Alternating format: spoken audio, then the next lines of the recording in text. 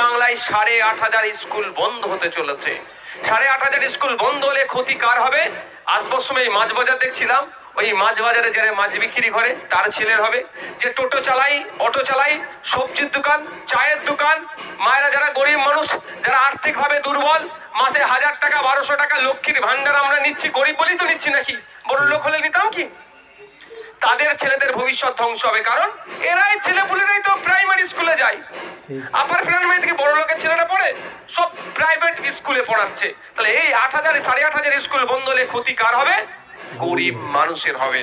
আর 8,500 school যেগুলো বন্ধ হচ্ছে সেখানে দেখুন ম্যাক্সিমাম মাইনরিটি এলাকা, দলিত এলাকা, আদিবাসী এলাকায় নমশূদ্র ভাইরা যেখানে বেশি থাকে, যেখানে আদিবাসী ভাইরা বেশি থাকে, যেখানে মুসলমান ভাইরা বেশি থাকে। ক্ষতি কার করছে? গরিব মানুষের করছে। 2011 সালের আগে গল্প দেখিয়েছিল মুসলমান বিপদে আছে, ক্ষমতায় নিয়ে আসো, মুসলমানকে বিপদ উদ্ধার থেকে উদ্ধার করব।